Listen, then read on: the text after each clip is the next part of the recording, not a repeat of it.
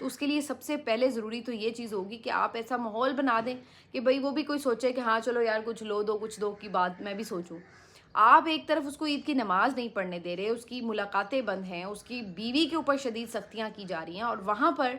آپ یہ سوچیں کہ آپ کوئی ڈیل لے کے جائیں اور وہ آپ کو آ کے گلے لگا لے. تو میری سمجھ میں یہ بات نہیں آ رہی اب کہ یہ واقعتاً ایسی کوئی ڈیلز آفر کی گئی ہیں. اگر کی گئی ہیں تو اس کا جواب تو عمران خان صاحب بہت پہلے دے چکے ہیں. یہ تو سال پہلے بھی یہ بات ہوئی تھی 9 مئی کیسز کی, تو اس وقت بھی عمران خان نے یہی کہا تھا کہ آپ CCTV فوٹیج لے آئیں, اور اگر اس میں واقعتاً یہ آپ پروف کرتے ہیں کہ یہ ہم نے سازش کے تحت کچھ کروایا ہے تو پھر میں آپ کے کہے کے مطابق معافی مانگ لوں گا. تو اس کے اوپر بھی کوئی پھر فردر نہیں سمجھ میں آئی کہ کوئی اس طرح کی کسی قسم کی کوئی پیش رفت ہوئی ہو. تو کہنے کا مطلب یہ کہ بلکہ اس کا جو 9 مئی کا ٹرائل ہے وہ بھی بڑے عجیب بھونڈے انداز سے چلایا جا رہا ہے, جس میں عمران خان صاحب کو پیش تک نہیں کیا جاتا. اور حد تو یہ کہ پہلے تو عدالت چلیں وہاں لگ جاتی تھی جیل میں, اب وہاں پہ بھی نہیں عدالت جیل میں لگتی, اور عمران خان صاحب کو واٹس ایپ کال پر لے لیا جاتا ہے. اب یہ نئی قسم کی ہم نے عدالتیں دیکھے ہیں کہ واٹس ایپ عدالتیں بھی چلتی ہیں. تو یہ والی جو صورتحال ہے یہ ایک مجھے تو ایسا کوئی امکان نظر نہیں آتا کہ جس میں کوئی یہ کہے کہ جی کوئی سیریس بات چیت ہو رہی ہے. یہ ضرور ہے کہ دھوکہ دینے کے لیے کوئی بات چیت ہو رہی ہو یا کوئی آپ کو انگیج رکھنے کے لیے بات چیت ہو رہی ہو, لیکن ایسی مجھے کوئی اس میں سنسیریٹی نظر نہیں آتی, کیونکہ سنسیریٹی جب ہوگی تو تب آپ کو ماحول میں ایک تبدیلی نظر آئے گی تاکہ اس سنسیریٹی کو اسٹیبلش بھی کیا جائے اور اس کو نتیجہ خیز بنایا جائے. لیکن جب تک وہ نہیں ہے تو اس وقت تک تو بس پھر یہ سب ایسی ہی باتیں ہیں کہ جیسے کوئی وقت گزارنے کی کوششیں ہیں. ہو سکتا ہے آنے والے دنوں میں کچھ ایسے حالات ہوں جس میں دوبارہ انہیں لگے کہ ہم نے عمران خان سے کوئی سیریس ٹاک کرنی ہے, لیکن ابھی تک رائٹ ناؤ اگر مجھ سے کوئی کہے تو مجھے ابھی تک یہ سب تمام باتیں جو ہیں صرف ایک اور دھوکہ ہی لگتی ہیں حکومت کا, کوئی زیادہ اس میں مجھے سنسیریٹی نظر نہیں آتی. اس سے آپ اندازہ لگا لیں کہ چلیں عمران خان تو آپ کا ایک اس وقت ہے سب سے بڑا پرابلم اور سیاسی مخالف بھی ہے, لیکن آپ نے خیبر پختونخوا حکومت جو کہ عوام کے ووٹوں سے منتخب حکومت ہے, اس کی حکومت کے ساتھ آپ کتنی ڈسکریمنیشن کر رہے ہیں وہ آپ دیکھ لیں. مطلب کل میں دیکھ رہی تھی وزیر اعظم ہاؤس سے ایک میسج پوسٹ ہوا, اور اس پوسٹ میں لکھا ہوا کہ جی شہباز شریف صاحب وزیر اعظم صاحب نے جو ہے عید کے پرمسرت موقع کے اوپر فلاں فلاں فلاں فلاں شخصیات کو فون کیا. اس میں وہ وزیر اعلیٰ جو ہیں سندھ کے ان کو فون کیا, گورنرز کو فون کیے, فلاں کو فون کیے, فلاں کو فون کیے, تو ساری انہوں نے شخصیات, گورنر خیبر پختونخوا کو بھی فون کیا اور عید کی مبارکباد دی, لیکن وزیر اعلیٰ خیبر پختونخوا کو فون نہیں کیا. اب آپ یہ دیکھیے کہ اول تو اگر آپ نے نارملی کسی کو فون کیے ہیں, میسج کر کے آپ نے مبارکبادیں دی ہیں جو کہ آپ نے اپنے ملک کے اندر ہی لوگوں کو دیے ہیں, تو کوئی اس کی خاص ضرورت نہیں ہے کہ آپ اس کا باقاعدہ اعلان کریں کہ جی ہم نے فون کر کے اس کو مبارکباد دی. ہم نے آپ سب نے بہت سارے لوگوں کو مبارکبادیں دی ہیں, کوئی اتنے اعلان کرنے کی کیا ضرورت ہے؟ تو ایک انڈرسٹوڈ سی بات ہے. ہاں ایسے موقعوں پہ اعلان تب ہوتے جب آپ نے کہیں بیرون ملک کسی سے کوئی خاص موضوع پہ بات کی اس موقع کے اوپر عید کے حوالے سے, تو پھر آپ عام طور پہ پوسٹ کر دیتے. اچھا چلیں, لیکن اگر آپ نے کر ہی دیا تو پھر آپ کو اتنا مینشن کر کے لکھنے کی کیا ضرورت ہے کہ جی فلاں کو کیا, فلاں کو کیا, فلاں کو کیا, تاکہ ایک دفعہ پتہ لگ جائے کہ جی وزیر اعلیٰ خیبر پختونخوا کو فون نہیں کیا. تو یہ کس قسم کی مینٹالٹی ہے؟ آپ یہ ریئلائز کرا رہے ہیں کہ وہ صوبہ یا اس صوبے کے عوام کی جو پسند ہے اور جو ان کی منتخب حکومت ہے وہ ہمارے لیے ایکسیپٹیبل نہیں ہے, اور ہمیں چونکہ وہ پسند نہیں ہے تو ہم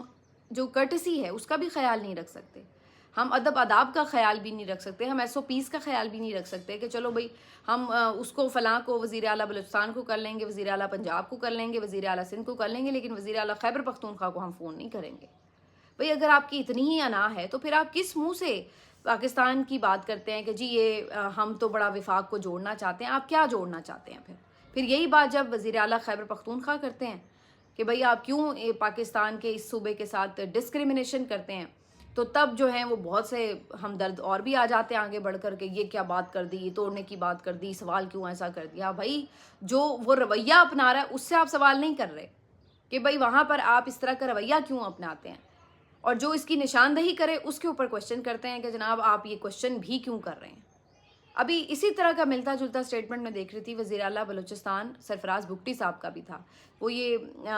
جو BLA کے ریسنٹ اٹیکس ہیں اور اس کے اوپر انہوں نے کوئی بات کی, تو انہوں نے بھی اس پہ بات کی کہ بلوچستان کو یہ لوگ توڑنے کی کوشش کر رہے ہیں وغیرہ. اب بات یہ ہے کہ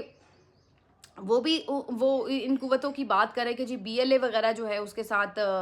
یہ توڑنے کی کوشش کر رہے ہیں بلوچستان کو، ٹھیک ہے آگے وہ یہی بات کہیں گے ہم ایسا نہیں کرنے دیں گے. لیکن کہنے کا مقصد یہ کہ ایک وزیر اعلیٰ کوئی بات کرتا ہے اس کو آپ کسی اور انداز میں لیتے ہیں، کوئی دوسرا وزیر اعلیٰ اسی کسی قسم کے خطرے کی بات کرتا ہے تو آپ اس کو کسی اور انداز سے لیتے ہیں، اس پہ آپ اس طرح تنقید نہیں کرتے. حالانکہ بلوچستان میں آپ دیکھیں کہ کس قدر سنگین صورتحال تھی. عید سے 2 دن پہلے آپ نے دیکھا جو ٹرین کے اوپر اٹیک ہوا اور اس میں کتنا بڑا جانی نقصان ہوا. اس کے بعد آپ نے دیکھا کہ اگلے ہی دن پھر فائرنگ کے واقعات ہوئے. اور عید کی رات سے عید رات سے پہلے اگر آپ دیکھیں یعنی 9 ذی الحج کو، تو ایک ویڈیو نے اتنا زیادہ غمگین کیا کہ ایک جو بزرگ باپ ہیں وہ اپنے جوان بیٹے کی لاش کے ساتھ اس دن وہ بیٹھا ہوا ہے وہاں پہ، اور عید والے دن نماز جنازہ ادا کی گئی ہے. اب آپ مجھے بتائیں کہ ان لوگوں کے لیے کیا عید ہے؟ عید کا کسی قومی دن کا کیا معنی ہے ان کے نزدیک؟ ان کی زندگی تو ایک مطلب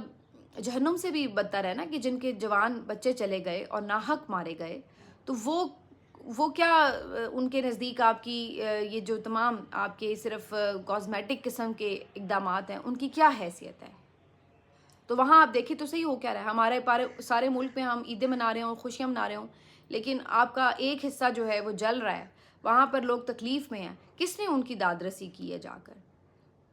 کوئی گیا ہے وہاں پہ جا کے ان کے ساتھ کسی نے عید والے دن سر پہ ہاتھ رکھا ہو کہ بھائی آپ عید نہیں منا سک رہے تو ہم بھی عید نہیں منا رہے آپ کے ساتھ؟ لیکن ہم ایسا نہیں دیکھیں گے. تو کیوں ہے ڈسکریمنیشن؟ کیوں یہ ڈسکریمنیشن ہے کہ آپ کے ایک صوبہ یا کوئی 2 صوبے وہاں پر لوگ مر جائیں تو ان کی جان کی اس طرح کی حرمت نہیں ہے، اس طرح کی ان کی جان کے اوپر، ان کی جانے کے اوپر اس طریقے سے تکلیف نہیں ہے؟ ایسا کیوں ہے؟ صرف کیا چند بڑے شہروں کا نام پاکستان ہے؟ اور اس کے بعد پھر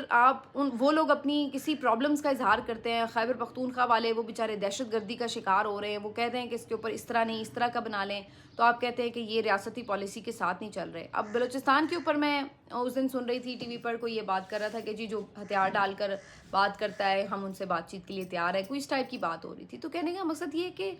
آپ جب کسی ایک سچویشن میں ہوتے ہیں تو آپ مختلف آپشن سن رہے ہوتے ہیں، بات کر رہے ہوتے ہیں، لیکن یہاں تو ایسا لگتا ہے کہ ایک سیاسی قوت کو کچلنے کے علاوہ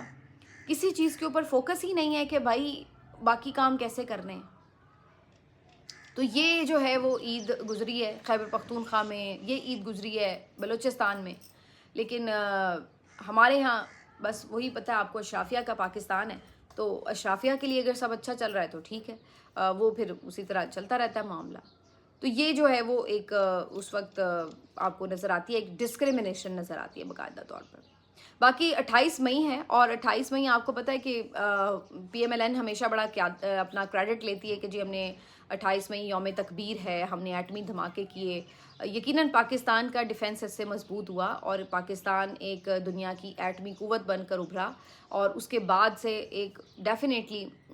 پاکستان کا جو دفاع ہے اس کے اوپر سب کو پتہ ہے کہ یار اس ملک کی طرف میلی آنکھ سے نہ دیکھو ورنہ ان کے پاس بھی ایٹمی قوت ہے. تو آپ کا ایک اوور آل ظاہر ہے تاثر میں بہتری آتی ہے. لیکن اس ایٹمی قوت بننے کے ساتھ ساتھ جب تک آپ معاشی قوت نہیں بنیں گے آپ کبھی بھی نہیں کہہ سکتے کہ آپ خود مختار ہیں، آپ آزاد ہیں، اور آپ کا دفاع جو ہے وہ آپ کے اسی طرح آپ کے لیے آزادی اور خود مختاری کے ساتھ آپ کے ہاتھ میں ہے جیسے کہ آپ ادروائز ہوں. تو یہ بہت ضروری ہے ساتھ میں کہ ہم اپنا داخلی انتشار کم کریں، ہم ساتھ ساتھ اپنا معاشی